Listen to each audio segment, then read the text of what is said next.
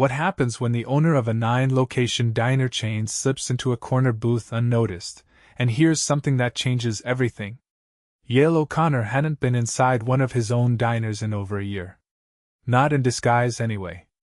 After his father passed away, the business landed in his lap. 9 small-town diners spread across the state, each one running like a cog in a machine his dad had built from scratch. Yale had kept the name, the recipes, even most of the staff. But lately, the machine felt off. He'd been getting scattered complaints: low morale, high turnover, cold food. Nothing concrete, but it was enough to make him uncomfortable. He didn't want to get filtered updates from his district manager anymore. He needed to see it for himself. The location in Fairdale hadn't raised any flags. No major complaints. But it was the smallest of the 9, and sometimes, the quietest places hide the loudest issues. That morning, Yale had driven out early, shaved his beard completely, dyed his hair a dusty brown, threw on a gray hoodie and jeans. He wore thick glasses, the kind that changed his face just enough. No one here had ever met him. His father had hired most of this staff years ago, and Yale had only visited once, briefly, before inheriting the chain. He walked in just after the lunch rush and sat in the far corner booth by the window. The diner was half empty, music low, dishes clinking behind the counter. A young server with dark curls and nervous eyes approached, notepad ready. "Hi there," she said. "Welcome in. I'm Shayla. I'll be taking care of you." "Thanks, Shayla. I'll just have a coffee and the turkey club, no pickles," Yale said, keeping his voice low and friendly. "You got it." She smiled and walked off. He watched the staff quietly. The kitchen was efficient but under pressure. 2 line cooks, both moving fast, no wasted motion. He saw one of them, balding, mid-40s, rub his temples and lean on the hot line for a second like he was about to drop. Shayla moved quickly between tables, checking in, pouring water, refilling ketchup bottles. She looked new but eager. A few minutes later, she headed toward the back hallway, probably to grab more napkins or cups. That's when Yale saw the shift manager step out from behind the counter and follow her. The man was in his 50s, tall, wide-shouldered, with a stained apron and a permanent frown. Yale hadn't seen him smile once since arriving. Yale didn't mean to eavesdrop. But when Shayla returned a moment later, she looked rattled. Her eyes were shiny, and she wiped her hands on her apron like they were shaking. Then the manager's voice cut through the low hum of the diner. "You screw up one more time and you're out, got me?" he growled from the hallway, loud enough that half the place could hear. "I don't care if it's your first week. I'm not babysitting." Shayla's voice came back, wavering. "I didn't mean to forget the side. I apologized to the table. Doesn't matter," he snapped. "This isn't a charity. You're lucky I even hired you with how you looked walking in." Yale sat up a little straighter. His stomach turned. That line, "how you looked walking in," wasn't about the missing side of mashed potatoes. The manager walked past the booth without noticing Yale's eyes locked on him. Shayla avoided looking at anyone as she stepped behind the counter and poured coffee, her hands trembling. Yale's heart beat faster. He finished his sandwich quietly, left a 20 on the table, and slipped out the door. He walked around the block, got into his truck, and sat there gripping the steering wheel. That manager was a problem. Not just rude, abusive. He called his assistant and asked for the full HR file on the Fairdale location. Complaints, turnover, exit interviews. Everything. Then he booked a motel room 2 blocks away. He was going back tomorrow. Not as a customer. As a trainee. The apron was tighter than expected, the name tag crooked. Yale adjusted both in the break room mirror, catching himself almost reaching for his glasses before remembering he'd left them at the motel. No one had recognized him yesterday. Today, he wore a navy t-shirt under the diner's standard-issued beige apron and a name tag that read, Devon. The general manager had given him a short, disinterested orientation when he arrived at 7 sharp. No paperwork, no welcome, just a mumbled walk-through and a quick gesture toward the time clock. The man hadn't asked about previous experience, hadn't introduced him to anyone. Just said, "Shadow the cook. Stay out of the way." Yale had intentionally chosen the kitchen shift. He wanted to see the operation from the inside, the heat, the pressure, the line where mistakes couldn't be hidden behind smiles and menus. The line cook he was paired with introduced himself with a tired nod. "Ricky," he said, flipping bacon without looking up. "You knew?" "Yeah. Devin," Yale answered, offering a hand. Ricky didn't take it, but his tone wasn't unfriendly. "Stay sharp. We're too short today." The kitchen was cramped, the air thick with grease and steam. The flat top hissed non-stop, timers beeped in overlapping rhythms, and Ricky worked like someone trying to outrun the clock. Yale kept pace, taking instruction quickly, slicing tomatoes, restocking the prep bins, plating sides. He didn't speak unless spoken to. He didn't need to. The kitchen told its story in motion. Just after 9, the first real wave hit. Tickets piled up. Ricky's voice grew tighter. "Where's the toast for table 29? He barked. "Coming now." Yale popped 2 more slices down, plated the eggs and hash, and slid the dish across. Ricky gave a short nod. "Not bad." Through the small window, Yale watched Shayla work the front. She moved quickly, but there was a visible hesitance in her shoulders. He noticed her glancing frequently toward the doorway by the soda fountain, where the shift manager had been standing for several minutes, arms crossed. The manager, Dale, according to the schedule Yale reviewed that morning, hadn't touched a single table.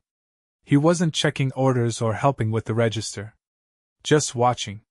Then he turned and said something to the hostess, who visibly stiffened before nodding and stepping toward Shayla. Yale turned back to the griddle, but he kept an ear open. By mid-morning, Ricky was sweating through his shirt. He coughed hard into his elbow, then leaned on the prep table for a second. Yale glanced over. "You all right?" he asked. "Yeah," Ricky muttered, wiping his mouth.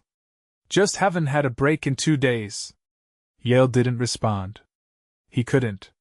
The words hit too hard. 2 hours later, everything tilted.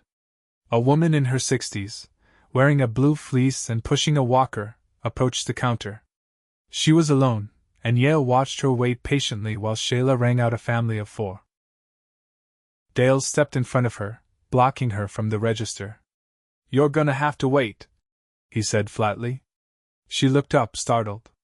"I just wanted to ask if the soup today is chicken or beef. It's posted on the board." "Read it." Then he turned his back and walked off. Yale stepped toward the window, hands clenched at his sides. He saw Shayla glance at the woman, then at Dale's retreating figure. She stepped forward. "I'm sorry about that. It's chicken noodle today. Would you like a cup or a bowl?" The woman smiled faintly. "Thank you, dear. A bowl, please." Yale turned to Ricky. "He always like that?" Ricky shrugged. "Worse sometimes. Doesn't do much except bark." "No one reports it?" Ricky dropped a slice of ham on the griddle, voice low. "They try. Nothing changes. People quit instead." Lunch rush hit hard. Orders stacked up again, and Ricky's pace slowed. He dropped a burger patty once and cursed under his breath. Yale picked up the slack, working faster, grabbing extra plates, calling out when fries were done. Ricky gave him a glance, half respect, half relief. Just after 1, Shayla came back to the kitchen, holding a printed ticket. "Table 7 says their burger's undercooked," she said quietly. Ricky groaned. "I tempied it. It was medium. They said it's pink in the middle." "Should I?" Before she could finish, Dale appeared at the doorway.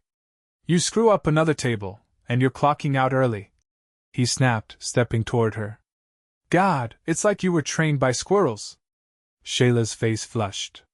She didn't defend herself. She just held the ticket tighter. Ricky turned, spat into the trash can beside the sink. "She didn't cook the burger," he said without looking up. Dale ignored him and took another step toward her. "Maybe you're just not cut out for this, huh?" You want to waste another customer's time with your trembling hands? That was it. Yale stepped around the prep station, pulled off his apron, and took a breath. Stop talking to her like that, he said, voice even but loud enough to cut through the clatter. Dale turned, stunned. Excuse me? You heard me.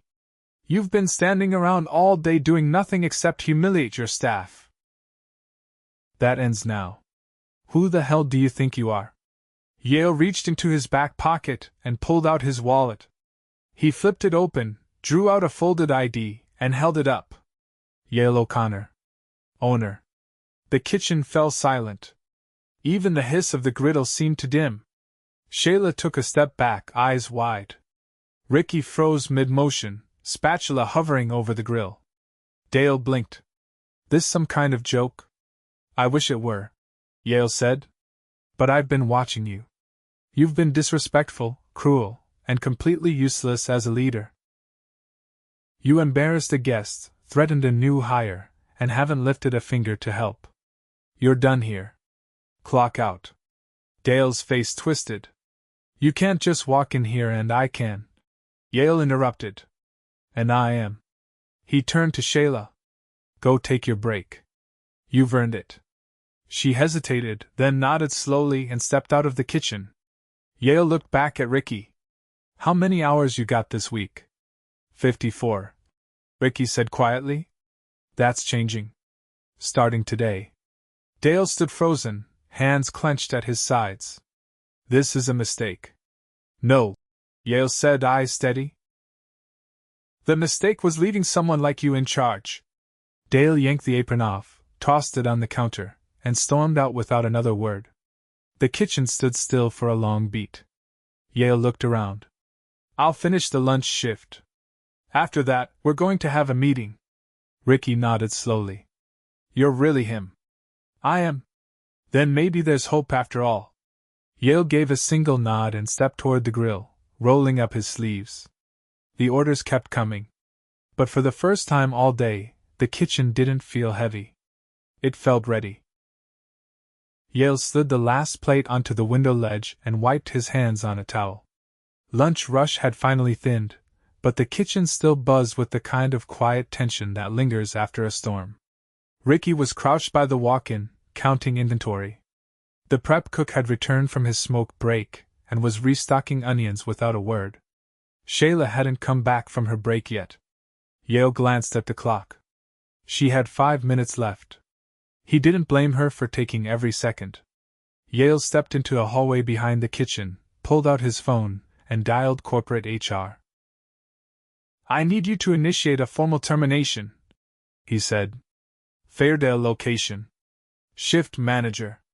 Effective immediately. I'll handle the documentation myself. He hung up and looked down the hallway. The door to the break room was cracked.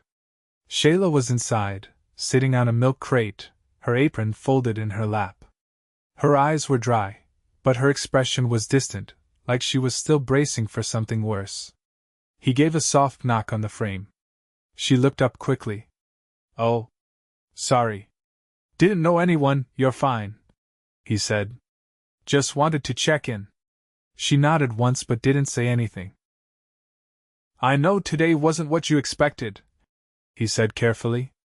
No, she said, voice steady but quiet. It wasn't.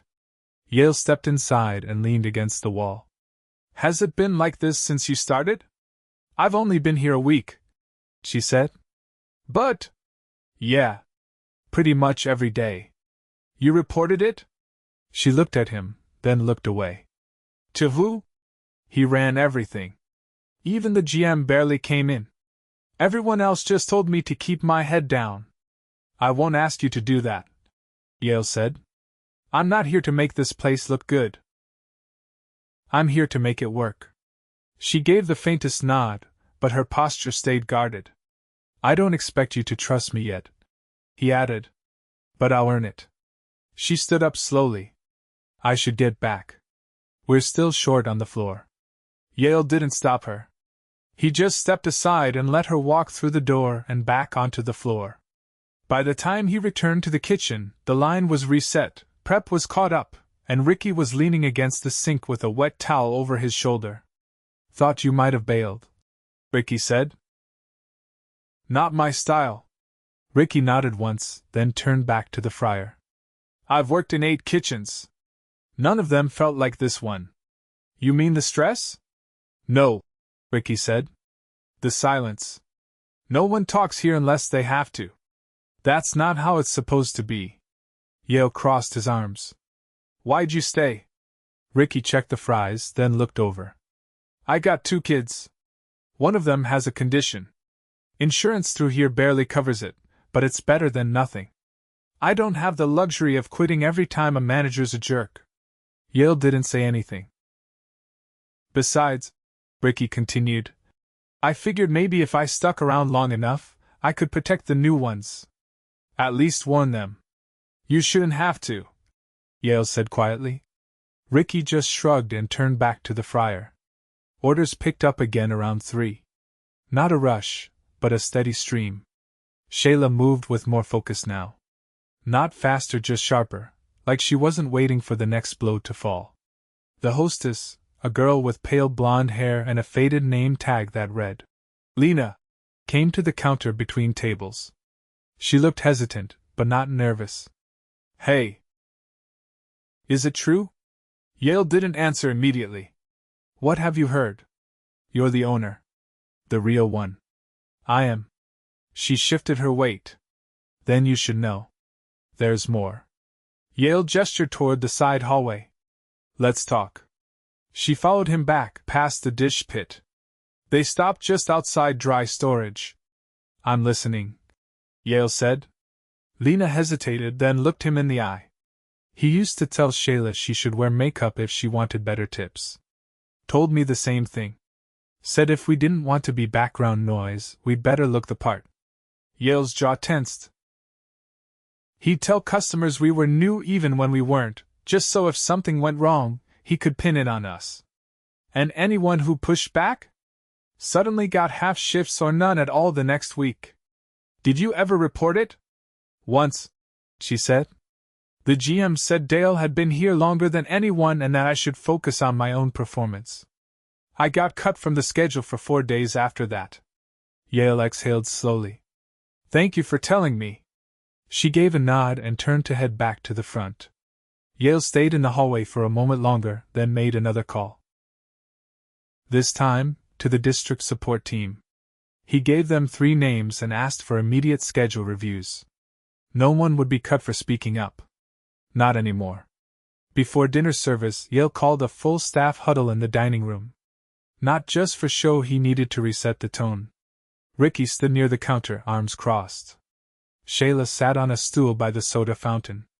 Lena leaned against the jukebox, and 2 other servers, both part-time, one wearing a college hoodie, filtered in from the patio. Yale stepped up front. I won't waste your time, he said. You've all been working under someone who should never have been in charge. That ends today. He's gone. No one spoke, but a few people exchanged looks. I've read the schedules. I've seen the payroll. Half of you are working overtime without breaks. The other half are barely getting hours. That changes starting now. The girl in the college hoodie raised her hand slightly. So, who's running the store? I am, Yale said. Until we find someone who deserves the title. He let that sit for a moment. I'm not here to make the place cozy. I'm here to make it fair. If you work hard, you'll be respected. If you need something, you'll be heard. I don't care if you've been here a week or 10 years, if you're part of this team, you matter. Ricky cleared his throat. What about the GM? I've already spoken to him, Yale said. He'll be stepping down at the end of the month. We'll be hiring from within or bringing in someone with real leadership experience. Shayla's gaze didn't waver. She didn't smile, didn't speak, but she didn't look away either. Yale looked around at the group. We're gonna be short for a few days. I won't sugarcoat that. But no one's doing doubles without support. I'll be on the floor. You'll see me every shift. No one moved for a moment. Then Lena stepped forward. If you're serious, we've got a shot. I'm serious, Yale said. Dinner service ran lean but clean. Orders came out hot. No one barked. No one vanished. Ricky didn't have to cover 2 stations. Shayla handled her section with quiet confidence. Lena backed her up without being asked. At 10, the last table paid and left. Yale helped wipe the counters and restock the takeout bags. Ricky locked the walk-in. Shayla finished the closing report with a calculator and actual quiet. As the last lights dimmed, Yale stood at the front window and looked out at the parking lot. A few cars lingered. The sky was clear. He didn't feel proud. Not yet. But he felt something better than that. Accountable. 3 days passed.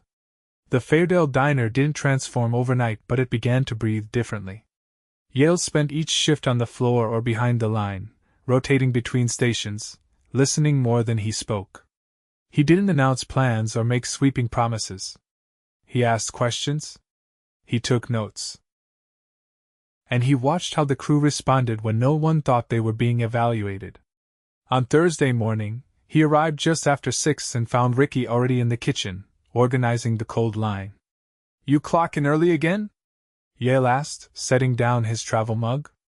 Didn't clock in yet, Ricky replied. Just wanted to make sure we weren't set up to fail today.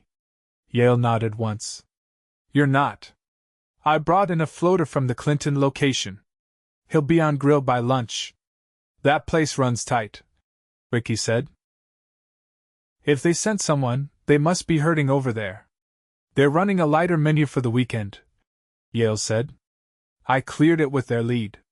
He owed me a favor. Ricky turned back to the prep table. You're really in this, huh?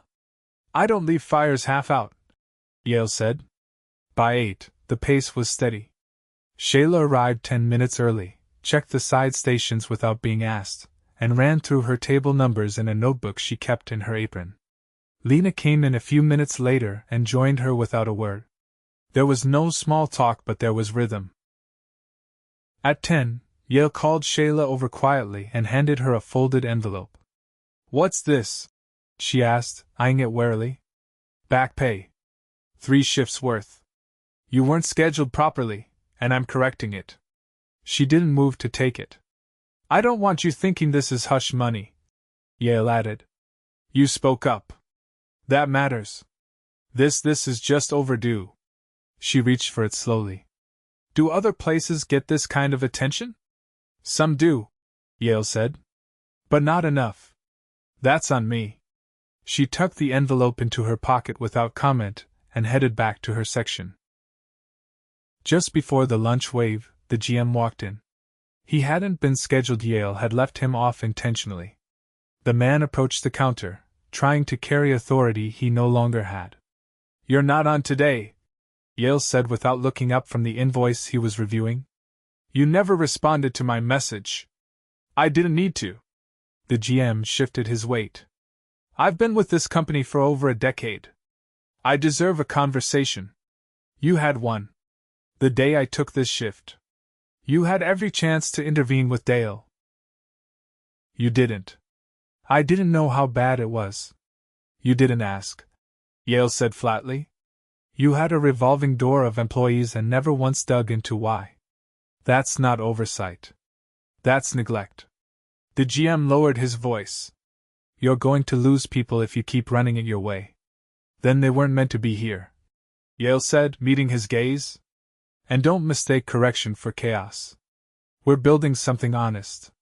If that makes people uncomfortable, I can live with that. The GM's jaw tightened.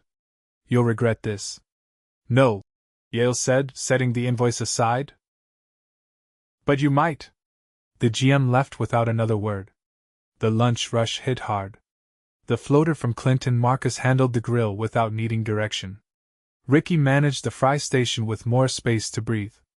Shayla pulled double sections after another server called out, but she stayed composed. Lena jumped on register without being asked, keeping the line moving. Yale stayed behind the counter, plating sides and wiping trays. He didn't need to give instructions, people moved where they were needed. At 2, he stepped into the office and pulled up the scheduling software. He adjusted the default template, removing the outdated rotation Dale had been using. He added mandatory 30-minute breaks for anyone scheduled over 6 hours. Then he set a rule: no shifts over 48 hours in a week unless approved by 2 managers. He submitted the changes and saved a copy under a new file name. Fairdale reset. At 3, he stepped out front and found Shayla filling salt shakers. "Got a minute?" he asked. She nodded and followed him to the patio. They sat at opposite ends of a small table. The late sun cut through the glass, warming the concrete. "I want to offer you a promotion," Yale said plainly. Her expression didn't change. "To what?" "Training lead. It's a new role. You'd work with new hires, walk them through the floor, help them avoid the mistakes we never should have let happen in the first place. I've only been here a week. You've been here long enough to show leadership," he said. "And clarity. That's what I'm looking for." She looked out toward the parking lot. "What if people think I only got it because of what happened?" "They won't," Yale said. "And if anyone says it, they'll answer to me." She didn't answer right away. "Think about it," he said. "I'm not rushing you. I'll do it," she said finally. "But I want to set the training protocol. Fair. And I want every new hire to shadow at least one full shift before they're left on their own." "You've got it." She stood slowly. "Then I guess I'd better learn the rest of the register system." Yale nodded once. "Marcus will walk you through it before close." That evening, as the dinner crowd filtered in, Yale moved between the kitchen and the floor, watching how people adjusted. No one asked about Dale. No one brought up the past. They just worked. At closing, Ricky leaned against the counter, towel over his shoulder. "You sticking around tomorrow?" "I'll be here through the weekend," Yale said. "After that, I'll rotate in once a week." "You think that's enough?" "No," Yale said. "But I'll make sure it stays enough." Ricky gave a short nod. "Place doesn't feel the same. It's not supposed to." As the last of the lights shut off, Yale stood by the front door and looked across the empty dining room. The booths were clean, the line was scrubbed down, the register balanced. No one had raised their voice all day. No one had been pushed to the edge. He didn't feel triumphant. He felt responsible. It wasn't fixed. It never would be, not completely. But the damage had been stopped. The culture had shifted. And this time, he wouldn't look away.